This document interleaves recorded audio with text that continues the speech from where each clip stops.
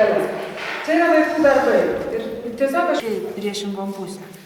O va dabar tu gali va taip pavalgyti, nes mes pirmą kartą važiavom iš tokie, kai mes važiavom. Keletą kartų, kai čia lankausi, kai turiu laisvą laiką, tai šiaip patinka.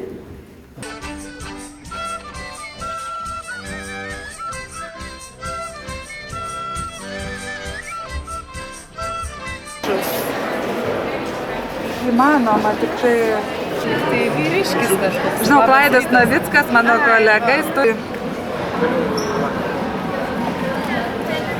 Čia aišku nebaigtas jisai. Sunkiausias dalykas yra pradurti. Nu, kol išmokau pradurti, jis tarsi iš principo nėra sunkus, būdinga Lietuvai ir būdinga tam tikra stilistika Lietuvai. Gal daugiau tokie lelijos, paukščiai. Tokie ornamentai tie. Taip.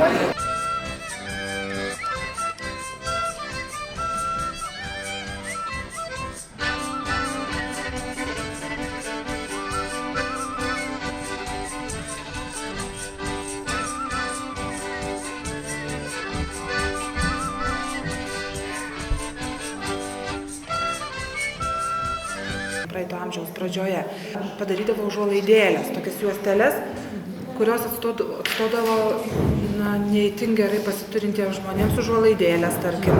Labai padeda vystytis asmenybei tiek vaiko, tiek suaugusio, kadangi labai ugdo koncentraciją.